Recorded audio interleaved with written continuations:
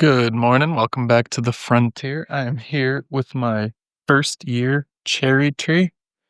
Today we're going to be picking all these delicious red little berries. These are tart cherries, so they're really good for fermenting, making sauces, all kinds of tasty stuff. It's not the dark, sweet cherries that you're used to, but I still eat them like a snack. Let's pick all of these cherries together and see what we can come up with.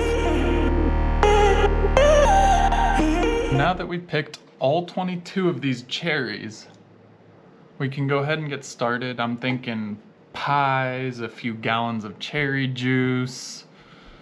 But wait, I think we'll need a few more cherries. Here I have 15 pounds of cherries that I've already picked, washed, and dried.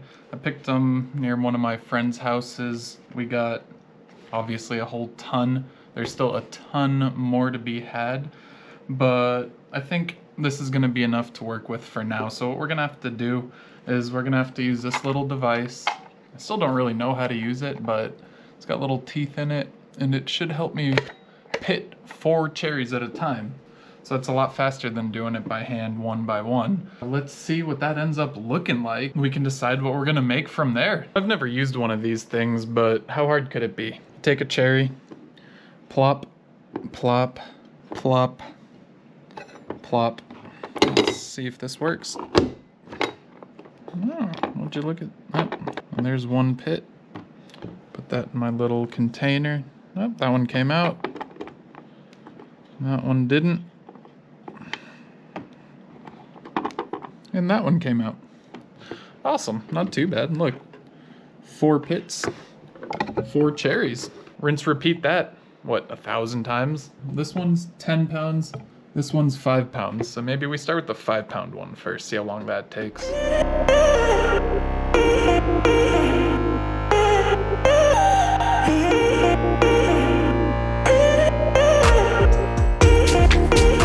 That 5 pounds of cherries took me about 35 minutes to de-pit. This is what it looks like. Those are all of my pits. That's the 10 pounds to go. It wasn't that bad. I just put on some music and went to town. I want to talk to you about picking fruits. Lots of people will say, hey, I don't have fruits to pick.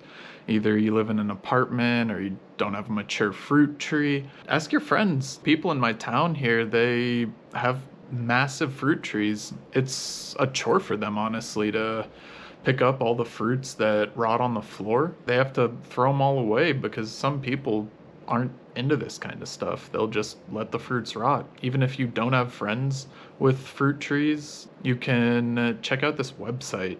I'm gonna put it in the description. What it does is it scrapes county public tree data, maps out where you can find different kinds of fruits on public land, in the parks, around the cities. Definitely get creative on how you find fruits. It might take you a little while. Like, I put feelers out to all my friends and it took over a year before I found people that needed their fruits picked up. But now I have people hitting me up, all kinds of fruits. I can get plums, cherries, pears, apples. It's really fun. You can make a lot of really neat things. It also helps you go green and stay healthy. These aren't processed sugars. These are delicious fruits that you can make whatever you want with. I have so much fun with it. If you don't have time to do everything at once, you take this, you throw it in the freezer. And what that does is that breaks the cells of the fruit, so it turns them into mush, makes them even juicier. That's really helpful for things like sauces, fermentation. Maybe we'll stick this in a blender. I'm gonna look up some recipes. Let's see what happens. Here I have all of my ingredients and materials together. I have my little chemistry lab set up right here. We're gonna be making a little more than a gallon of mead. Mead is basically a honey wine. It's not a very well-known drink. It's ancient. You need to ferment sugar to make alcohol. Honeybees have always been around. People learned how to make basically everything into alcohol. Honey was ground zero. We're gonna flavor it with these cherries that you watched me pit. I got the water, thermometer, the yeast that we're gonna use, the various powders that I'm gonna add. I got bentonite and pectic enzyme. What these two do is kind of clarify the mead as it ferments. Lots of times you'll make a mead and it'll come out really cloudy. While it doesn't really matter as far as taste goes, you like to have a pretty looking mead. You just spent all that time on it. So pectic enzyme, what that does is it breaks down the fibers in the fruit, helps it become smaller, helps it fall out of solution. Bentonite is clay. That's cat litter basically. This is food grade. It's safe. We're not putting cat poop in the mead. Not on this episode. What that does is, as the mead is bubbling, as the bubbles are coming up, it's kind of stirring everything around. The bentonite will latch on to all the different fibers and particulates in the mead. It'll settle it all down to the bottom. So you're left with a crystal clear bottle of mead. These are the nutrients. What they do is they feed the yeast. Cherries typically have enough nutrients for the yeasts to survive and thrive, but if you're making it out of pure honey, there's not many nutrients in honey, so you gotta add some nutrients. It also helps with fermentation in general. The yeasts are gonna be happier if they have more to eat, just like plants, just like people. The rest of the stuff that we got here, just general mixing stuff. These are airlocks. Fermentation, you need to make sure that the yeast doesn't touch oxygen. Those allow the gases to release without allowing oxygen to come back in. And I can't forget the sanitizer. You have to sanitize everything before you touch it, and that's why all this stuff is resting on paper towels. You don't want to contaminate anything. So I'm washing my hands constantly. I'm sanitizing everything multiple times as I'm using it. And I'm even sanitizing my hands with that solution. We got to keep everything clean. This guy is called a hydrometer. What it does is it floats in the mead, tells you how much sugar is present. So you can't really measure the alcohol content of a mead without fancy expensive machinery and equipment. If you measure the amount of sugar beforehand, and you measure that by the change in density of the water, then you can calculate out roughly what the alcohol percentage is going to be. So it's going to be a little bit different than what we calculate because the cherries are going to have some sugars locked away in the cells. We're not going to be able to dissolve every single sugar before taking a reading. This is just going to be a best guess for us. As far as the rest of the stuff, we got to pitch the mead, which means kind of warm it up in some water before you dump it in. We gotta mash all the cherries, and then we got to mix everything together. So let's get started. Here's the bentonite clay. It's clumping just like cat litter. It's so hard to work with, but I promise it's so worth it. Here, we're gonna mash the cherries. This is gonna be for the first batch. We're making 2 batches total. We got like 3.5 pounds of cherries, 5 pounds of honey. It's a little on the low end if you're making 1 gallon. We will be just fine. You don't need to overdo it. Apparently, if you mash them, it turns out better than if you blend them, because if you blend them, then they get too fine, too broken up.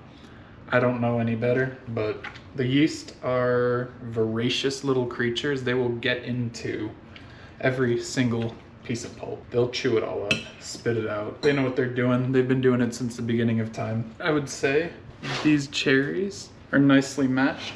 So let's go ahead and toss them into the jar.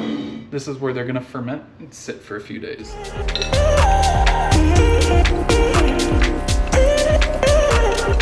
Now it's time for the fun part. We get to add the honey. We're gonna be going for 2.5 pounds. I like making mead in batches of 2 because this is 5 pounds. I don't have to do any measuring for the second half. I already did the measuring here. Let's pour it all in. Time to add the water.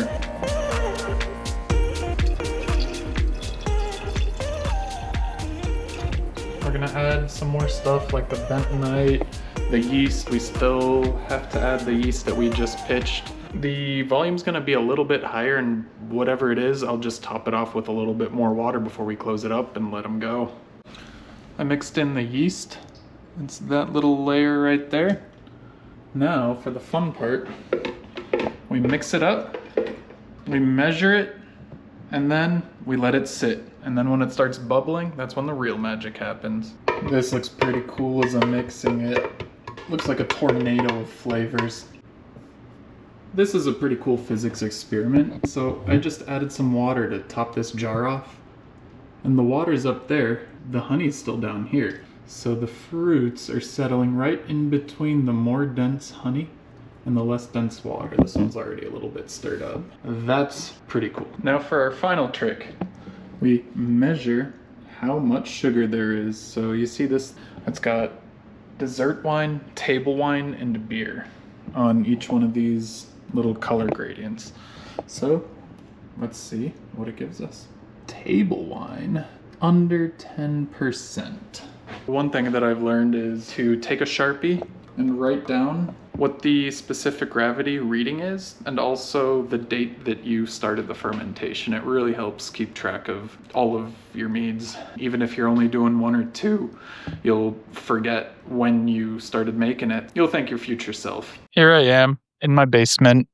I have all of my mead making supplies. There's a keg, a fruit press, wine bottling stuff, and then this is what I'm putting the jar in because the mead tends to erupt on day 1, 2, 3. It's going to make a mess, and I'd rather it all be contained. It's a lot easier to wipe up, and then for the rest of the week, it ends up being really nice, really tame. It's fun to watch. They're bubbling. Time to add some nutrients.